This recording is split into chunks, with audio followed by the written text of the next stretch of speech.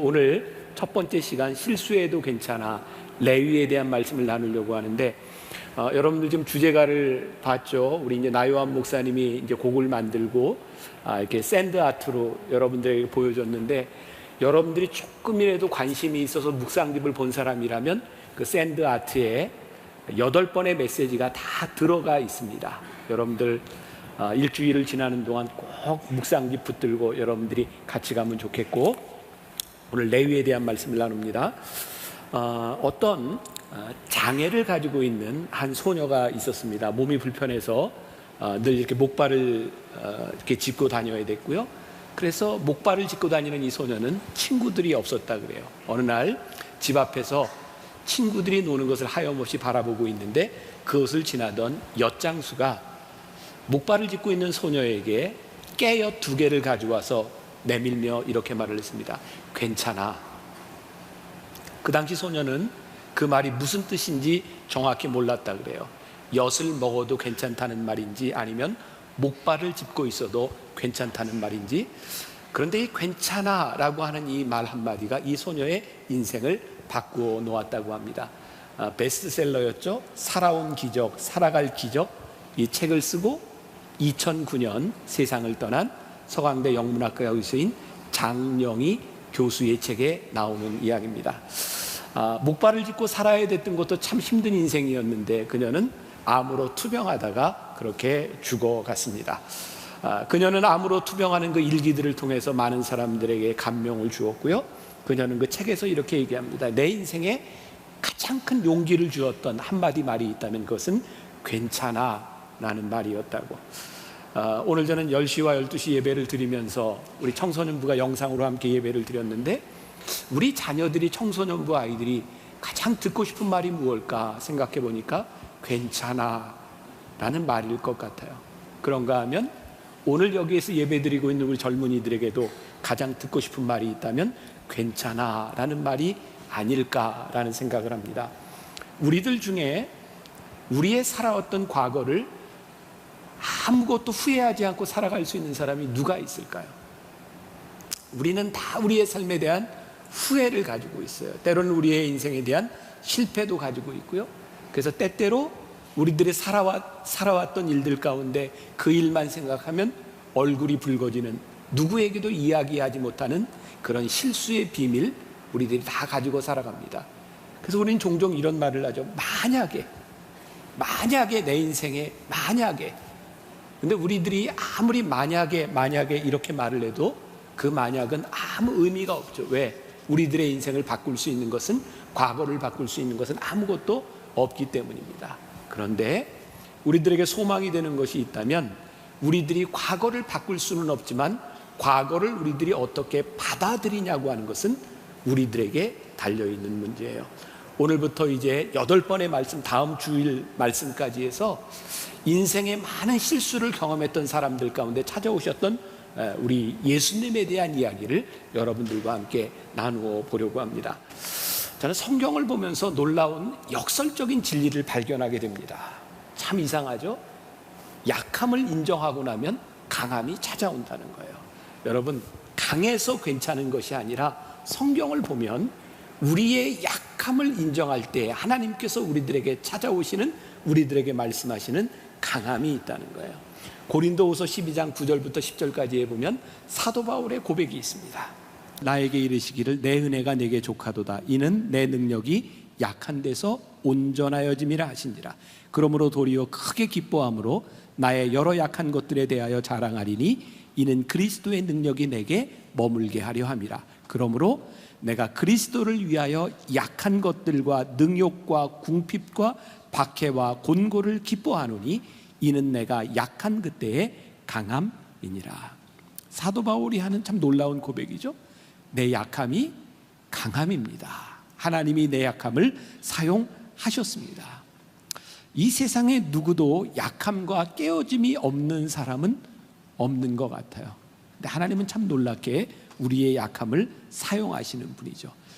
기독교 작가인 브래넌 매닝이라고 하는 사람이 이런 말을 했습니다.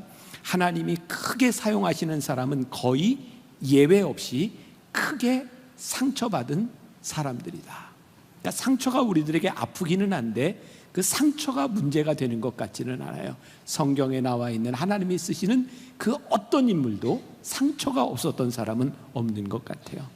제가 오늘 이 괜찮아라고 하는 주제로 말씀을 준비하면서 괜찮아라고 하는 제목이 연관된 책들을 다 구해서 보게 되었어요. 그 중에 최헌식 목사가 쓴 괜찮아, 내 인생 하나님이 있잖아 라는 책에 아주 흥미로운 부분을 보게 되었어요. 히브리어로 아바크라고 하는 말이 있어요. 아바크. 몰라도 돼요. 안 외워도 돼요. 아바크. 무슨 말을 몰라도 돼요? 아바크. 몰라도 돼요? 아바크. 아바크. 이 말이 어디에 나오냐면 창세기 32장 24절에 우리가 잘 아는 유명한 사건에 나오는 말인데, 야곱은 홀로 남았더니 어떤 사람이 날이 새도록 야곱과 씨름하다가, 야곱이 야복나루에서 그의 형 에서를 만나기 전에 하나님과 씨름하는 장면이에요. 여기에서 씨름하다가 라고 하는 말이 아바크라고 하는 말인데, 이 말의 뜻은 씨름하는 당사자들이 먼지를 뒤집어 쓴다, 이런 의미를 가지고 있대요. 그러니까 야곱과 하나님이 씨름을 하는데 얼마나 치열하게 씨름을 했는지 먼지를 다 뒤집어 썼다, 이런 의미를 가지고 있는 거예요. 아마 여기 있는 우리 청년들의 엄마 아버지 세대, 우리 세대는 이렇게 기도원 문화가 굉장히 익숙했던 시기예요. 그래서 문제가 생기면, 어려운 일이 생기면 기도원 애들을 갔죠. 그때 기도원에 갔다 오면 이런 말들을 또 들은 적이 있을지 모르. 그 목사님 기도원에 가서 기도하다가 소나무를 뿌리째 뽑았대. 혹시 이런 말 들어보셨어요? 이야, 어떻게 기도를 했으면 소나무를 뿌리째 뽑았겠어요. 그런데 그렇게 많이 뽑은 소나무가 기도원에 가면 여전히 있어요. 뽑히지 않고. 그 말은 진짜 뽑았다고 하는 게, 뽑았다고 하는 것이 아니라 어떤 말이에요? 치열하게 기도하며 씨름했다는 말. 이 말이 아바크라고 하는 말이에요. 최헌식 목사님이 그의 책에서 자신의 일화를 하나 소개합니다. 막내가 7개월 됐을 때 이 아기가 엄마 아빠를 떨어지지 않고 매일 이렇게 우는 거예요. 너무 힘든 거예요. 24시간 계속 엄마 아빠가 붙어 있어야 되니까 안 되겠다. 이 아이를 훈련시켜야 되겠다. 그래서 먼저 혼자 자는 훈련부터 시켜야 되겠다. 그래서 방에 혼자 눕혀 놓았대요. 아니나 다를까 아이는 당연히 울기 시작했고, 부모는 이렇게 생각합니다. 좀 지나면 지치겠지, 괜찮아지겠지. 근데 아이가 지칠 기미가 보이지를 않는 거예요. 아빠가 오기가 발동했어요. 그래서 이렇게 속으로 생각합니다. 내가 네 아빠다, 누가 이기냐 보자. 그리고 시작한 싸움이 2시간이 지났지만 아이는 계속 우는 거예요. 책에 이렇게 나와 있어요. 아이가 전심으로 최선을 다해 운다는 것을 느낄 수 있었다. 결국 부부는 승부를 포기하고 달려가서 아기를 안아주었어요. 그때 알았답니다. 어려움이 있을 때 하나님 앞에 2시간만 울자. 전심으로 하나님 도와주시지 않으면 저 죽습니다 하고 울자. 그러면 하나님이 이렇게 생각하실 것이다. 저 녀석 저러다 숨 넘어가겠네, 저러다 애 잡겠다, 안아줘야지. 이게 아바크라는 거예요. 야곱이 하나님과 씨름했다고 되어 있어요. 야곱이 하나님과 씨름하는데, 사람이 하나님과 씨름하는데 어떻게 하나님을 이길 수 있겠어요? 야곱이 하나님과 싸워서 씨름하여 이길 수 있었던 것은 하나님이 져주셨기 때문이에요. 야곱이 아바크, 씨름하다 먼지를 뒤집어 쓸 만큼 하나님께 열심히 기도할 때 하나님이 져주셨기 때문이죠. 우리들이 어떻게 우리의 인생이 괜찮을 수 있어요? 저는 오늘 말씀을 이 변화산과 함께 적용해 보자면, 하나님, 우리들에게 능력이 있는 것이 아니고, 우리들에게 상처가 없는 것이 아니고, 우리들이 약한데 하나님 우리들에게 변화산에 올라가서 기도할 수 있는 시간을 주셨습니다. 아바크, 하나님 우리의 인생의 문제를 놓고 씨름할 수 있도록 하셨습니다. 그래서 우리의 인생이 괜찮을 수 있는, 오늘 아침에 일찍 예배를 시작하기 전에 우리 목회자들, 우리 장로님들 저 로비에서 같이 변화산 주제가를 부르고 함께 기도하고 이렇게 헤어지면서 제가 이렇게 말을 했어요. 우리 장로님, 일주일 동안 안내를 하면서 우리 장로님들 알고 있는 교인을 만날 때마다 일주일 동안 동일하게 괜찮아, 괜찮아, 위로하고 격려하고 지나갑시다. 오늘 여러분들을 향해 말씀하시는 괜찮아, 하나님이 너와 함께 하시니 내가 너와 함께 하니 괜찮아 라고 하는 이 말씀이 우리들에게 어떤 힘을 가져다 줄 수 있을지. 자, 레위에게로 들어가 볼게요. 레위, 그는 그렇게 괜찮은 인생을 산 사람이 아니에요. 그는 세리였어요. 우리가 잘 아는 것처럼 로마의 속국으로 있었던 유대에 자기 나라 사람들에게 세금을 걷는 사람들이 어떤 위치였겠어요? 돈은 벌지 모르지만 사람들이 경멸하는 사람이었어요. 미워하는 사람이었어요. 레위는 참 외로웠을 것 같다라는 생각이 듭니다. 그런데 오늘 말씀 27절에 보니까 그 후에 예수께서 나가사 레위라 하는 세리가 세간에 앉아 있는 것을 보시고 나를 따르라 하시니, 이 말씀을 저는 묵상하다가 예수님께서 행하시던 동사의 유의에 보게 되었어요. 예수님께서 무언가를 하시더라고요. 예수님이 나가셔서 예수님께서 보시고 예수님께서 따르라라고 말씀하셨어요. 레위의 인생이 괜찮은 인생이 되었던 것은요, 예수님을 만났기 때문이죠. 예수님이 그와 함께 하셨기 때문이죠. 저는 이 동사들을 그냥 이렇게 표현합니다. 의지적 동사. 예수님께서 의지적으로 가셔서 하셨던 일들이 여기에 나와 있어요. 여러분들이 그런 도전을 할 수 있을 것 같아요. 우리가 수십 년 예수를 믿고 예배를 드리고 우리들이 그렇게 살아가는데 예수님과 우리와 동행하는 흔적들이 우리들에게 있는가? 예수님이 우리들에게 다가오시는 그 주님을 우리들이 만나서 우리들에게 말씀하시는 괜찮다고 하는 이 말씀을 우리들이 듣고 살아가는가? 수년 전이에요. 우리 식구들이 필리핀에 간 적이 있어요. 휴가를 마치고 돌아오는데 휴가철이라 소위 비행기가 이렇게 오버부킹이 됐어요. 자리를 그냥 너무 잡아놓는 바람에 자리가 없었고 결국 마일리지에 따라서 어쩔 수 없이 업그레이드를 해주게 되었어요. 저는 이제 이곳저곳 많이 다니니까 저는 마일리지가 많이 쌓인 사람이에요. 우리 식구들이 같이 갔는데 저 때문에 우리 식구들이 비즈니스로 업그레이드가 되는 순간인데 글쎄 우리 네 식구 중에 아들하고 저만 업그레이드가 됐어요.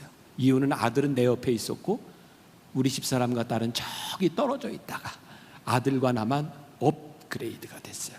그래서 제가 얘기했어요. 나한테 붙어 있어라. 나한테 붙어 있어라. 교회에서 우리 장로님이나 이렇게 목회자들 이렇게 식사할 때 보면 제가 종종 그런 얘기해요. 제 옆에 붙어 있어야 한 알에도 더 얻어먹는다.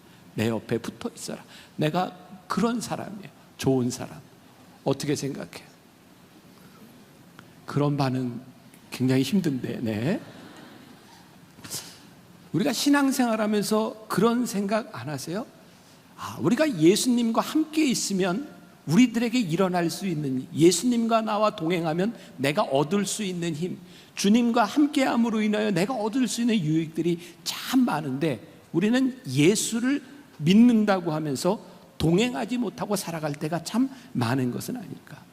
예수님께서 레위를 이렇게 부르셔서 레위를 제자로 삼으셨을 때 이건 예수님의 굉장히 탁월한 선택이라고 생각하거든요. 그리고 이 레위에게 있어서 예수님의 부르심으로 인하여 그는 부끄러웠던 주변부의 인생에서 그는 예수님 사역의 중심부로 들어오게 됩니다. 그러니까 이 레위와 예수님의 만남은 굉장히 놀라운 사건이죠. 그런데 이런 질문을 해보게 돼요. 예수님은 탁월하게 레위를 부르시고 택하셨는데 진짜 레위라고 하는 이 사람이 그럴 만한 탁월한 능력을 가지고 있는 사람이었을까? 아니죠. 예수님은 그를 부르셔서 탁월하게 선택하셨는데 레위라고 하는 사람을 보면 그렇게 탁월한 사람은 아니었던 것 같아요. 예수님의 제자 12명이 있어요. 우리 많이 들어봤죠. 예수님의 제자 중에 그렇게 제자 될 만한 자격을 가지고 있는 뛰어난 사람 없습니다. 그러나 손가락질 받을 만한 짓을 한 사람은 없었어요. 유일하게 레위, 세리였던 그는 손가락질 받는 사람이었어요. 예수님께서 레위를 부르셨어요. 만일 예수님이 우리가 흔히 이야기하는 포퓰리즘, 예수님이 인기에 영합하는 분이라고 하면 예수님은 레위를 부르실 이유가 없어요. 왜? 레위를 부르심으로 인하여 예수님은 많은 어려움을 당하죠. 사람들에게 질책을 받습니다. 사두개인들과 바리새인들이 왜 세리와 함께 하냐고 예수님을 질책하기도 합니다. 예수님이 레위를 부르신 것은 레위가 그럴 만한 자격이 있는 사람이 아니었다는 거예요. 몇 년 전에 제가 설교하면서 그런 얘기를 한 적이 있어요.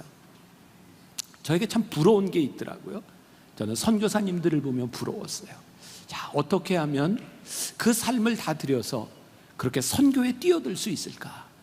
그리고 주변에서 종종 이렇게 얘기하는 사람, 하나님, 제 삶을 하나님께 드립니다. 이런 사람들을 보면 너무 부러웠어요. 왜? 나는 그럴 만한 자격도 그런 용기도 없는 사람 같아서 너무너무 부러웠어요. 근데 어느 날 이렇게 기도하는데 하나님이 저에게 이런 마음을 주셨어요. 그래, 부러워하기 전에 내가 한번 입장을 바꿔놓고 생각을 해보자.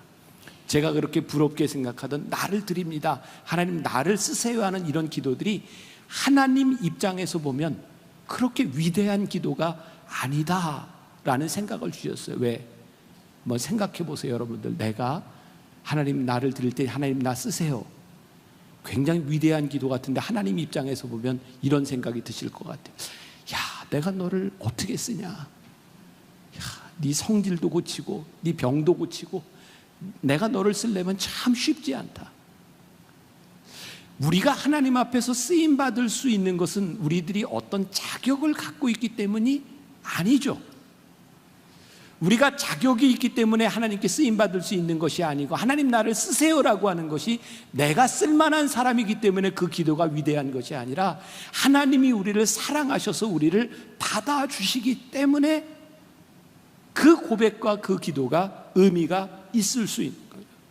오늘 예수님께서 의지적인 행동을 가지시고 예수님께서 레위에게로 나아가셔서 그를 만나주시는 장면들이 나요. 그런데 오늘 말씀해 보니까 그 후에 27절이 그렇게 시작해요. 그 후에, 여러분 성경을 볼 때 접속사나 장소나 시간이 나올 때 여러분들이 유의해서 보면 성경을 훨씬 더 잘 이해할 수 있어요. 그 후에 레위를 부르셨으니 레위를 부르신 이 일을 이해하기 위해서 그 전에 무슨 일이 있었는가를 알 필요가 있어요. 바로 레위를 부르시기 전, 그 후에, 그 전에 어떤 일이 있었냐면 예수님 앞에 중풍병 걸린 친구를 데리고 온 사람들이 있었어요. 우리가 잘 아는 이야기, 예수님이 그 중풍병자를 고치셨어요. 어떻게 고치셨냐면 내 죄가 사하여졌느니라. 그리고 중풍병이 났습니다. 바리새인들과 사두개인들이 그 일로 인하여 예수님을 굉장히 힘들게 합니다. 네가 신성모독을 했다, 내가 무슨 권세로 죄를 사하느냐. 이때부터 예수님의 정체성에 대한 문제가 제기되는 거예요. 예수님은 죄를 사하시는 분이고 그 일로 인하여 논쟁이 일어났는데 그 후에 레위를 부르셨어요. 저는 이 말씀을 이렇게 해석합니다. 예수님께서는 죄인을 부르셔서 그를 온전케 하시는 분일 뿐만 아니라 예수님께서는 세리와 같은 레위를 부르셔서 그의 삶을 바꾸어 주시는 분이다. 예수님은 우리의 인생을 바꾸시는 분이다. 우리들의 삶을 바꾸실 수 있는 분이라고 하는 것을 예수님께서 우리들에게 보여주시는, 그 후에 예수님께서 레위를 보셨다. 영어 단어에 단순히 see라고 되어 있지만 저는 예수님이 보셨다라고 하는 것을 그냥 보았다고 생각하죠. 예수님께서 레위를 주목해 보셨어요. 그의 속마음을 보셨어요. 그가 어떤 사람인지를 보셨어요. 예수님에게 레위의 어떤 모습이 보였을까요? 그 피터 윌슨이라고 하는 사람이 괜찮지 않아도 괜찮아라고 하는 책을 썼어요. 거기에 수치심에 대해서 이렇게 이야기를 하고 있더라고요. 우리 인간들이 가지고 있는 두 가지 마음, 하나는 수치심, 하나는 죄책감. 죄책감은 내가 잘못했어 라고 하는 마음이니 잘못한 것에 대하여 대가를 치르면 돼. 수치심은 그거와 다른 차원에서 나는 잘못됐어 라고 생각하는 거예요. 내가 잘못했어가 아니라 나는 잘못된 인생이야. 그렇게 사람은 수치심으로 인하여 죽어가요. 예수님께서 레위에게 보셨던 것은 단순히 잘못한 그의 인생이 아니라 수치심으로 쌓여있는 그의 모습을 보시지 않았을까요? 예수님께서 나는 잘못됐다고 생각하는 그의 인생에 찾아오셔서 그를 부르신 사건이었어요. 그의 인생을 괜찮게 만드신 사건이죠. 저는 사랑의 두 종류가 있다고 생각해요. 하나는 우리들이 사랑할 만한 가치를 가지고 있는 사랑이 있고요, 또 하나는 가치를 만들어내는 사랑이 있어요. 여러분, 우리가 하나님 앞에 받은 사랑은 우리가 가치 있어서 받은 사랑이 아니라 하나님이 우리를 사랑하심으로 인하여 우리의 인생을 가치 있게 바꾸신 일이에요. 예를 들어볼까요? 벌써 오래전이죠. 제가 이제 30살 때 유학을 갔으니까 지금부터 한 27년 전, 26년 전, 우리 애들이 2살, 4살 때 유학을 갔어요. 뭐 유학하는 나도 힘들었지만 우리 애들이 이제 한국 나이로는 4살, 6살 이 무렵에 미국에 있으면서 한 번도 다녀보지 못한 미국 유치원, 미국 어린이집 같은 데를 다닌다는 게 애들이 얼마나 힘들었겠어요. 지금 이제 우리 아들은 이제 대한민국 장교니까 이제 다 큰 괜찮은 장교예요. 근데 이놈이 그 2살, 그 3살 요 무렵에 우리가 시카고에 있을 때 학교를 보내면 이놈은 갈 때마다 울어요.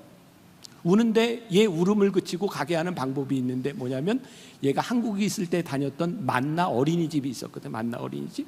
그때 만나 어린이집에서 입는 노란 반바지가 있었어요. 이 반바지만 입혀주면 안 울고 가요. 근데 문제는 이 반바지를 매일 입어야 된다는 거예요. 그래서 우리 집사람이 그걸 빨아서 입히고 또 빨아서 입히고, 근데 문제는 겨울이 됐는데 긴 바지 위에도 그 반바지를 입어야 가요. 그래서 아무튼 반바지가 없으면 끝까지 오래 옐로 바지 그 옐로 바지 입고 갔어요. 지금 생각해 보면 이 아이에게 그 바지라고 하는 돈의 가치가 아니라 그 바지가 가지고 있는 또 다른 가치가 있었죠. 안정감이라고 하는 것. 그 가치는 돈으로 셀 수 있는 것이에요. 여러분, 우리의 가치를 만일 우리들이 가지고 있는 능력으로 생각한다면, 우리들이 실수하지 않는 인생, 괜찮은 인생, 그런 가치로 우리를 본다면 우리는 하나님 앞에 어쩌면 아무 쓸데없는 인생일지 몰라요. 설교를 하고 있는 저도 마찬가지죠.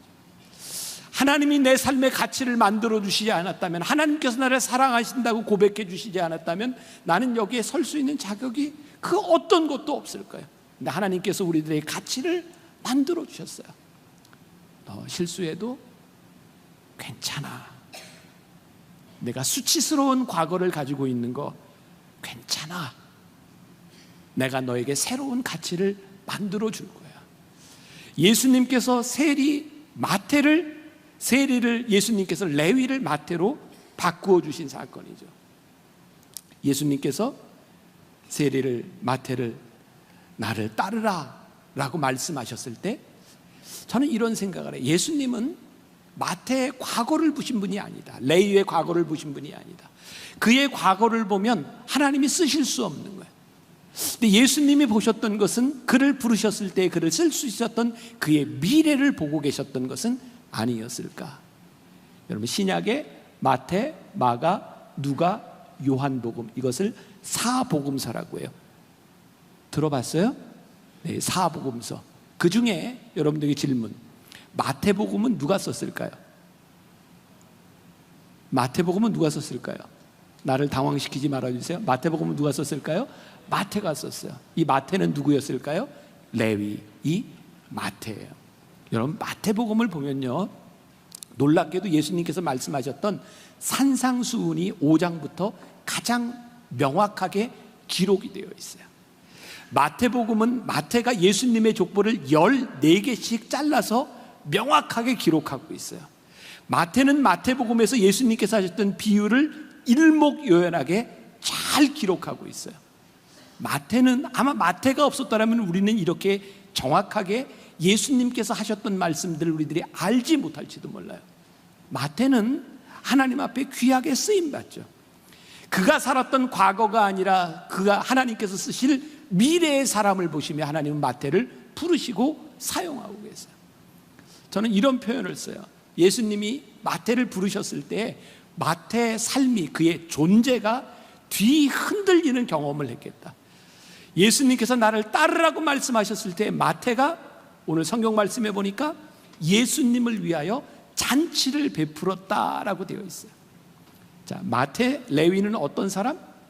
그는 세리였고 주변의 인생을 살아가는 사람이었어요. 그는 자기를 위하여 기꺼이, 돈을 위하여 기꺼이 세리가 되었던 사람이었어요. 근데 예수님께서 부르셨을 때 그가 예수를 위하여 사람들을 잔치에 초대해요.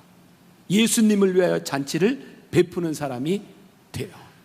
그의 삶을 바꾸어 줍니다. 저는 우리가 예수님을 믿고 예수님이 우리의 인생에 함께 하시는 가장 큰 특권, 우리의 인생을 바꾸시는 일이라고 생각해요. 자기를 위하여 사는 인생, 이기적인 인생이죠. 남들을 의식하며 살아가는 인생, 기회주의적인 인생이죠. 우리 주님께서 우리를 부르셔서 사명을 주실 때 우리는 사명 중심적인 인생을 살아요. 사명이 들어오기 전에 우리는 사람들의 비난이 무섭고, 우리는 강한 척 해보고, 우리는 우리의 마음대로 살아가려고 하지만 그 삶이 그렇게 잘 사라지지 않아요. 레위를 부르셨던 하나님, 주님, 그를 부르셔서 괜찮다고 나를 따르라고 부르셨던 예수님의 부르심으로 인해서 레위는 괜찮은 인생이 돼요. 우리는 오늘부터 이제 8번의 말씀을 통해 우리들의 삶에 찾아오셨던 주님의 모습, 우리의 실수, 우리의 아픔, 우리의 고통 가운데 찾아오셨던 주님을 우리들이 만나는 시간을 가지려고 해요. 이번 변화산이 여러분들의 인생에 찾아오셔서 여러분들에게 괜찮다 말씀하시는 하나님의 음성을 들을 수 있는 귀한 시간이 될 수 있기를 간절히 소원합니다. 예수님께서 마태에게 찾아오셔서 그를 보시고 예수님께서 말씀하셨어요. 나를 따라오너라. 오늘 여러분들의 삶에 찾아오신 주님을, 괜찮다고 말씀하시는 주님을 우리들이 함께 고백할 수 있으면 좋겠습니다.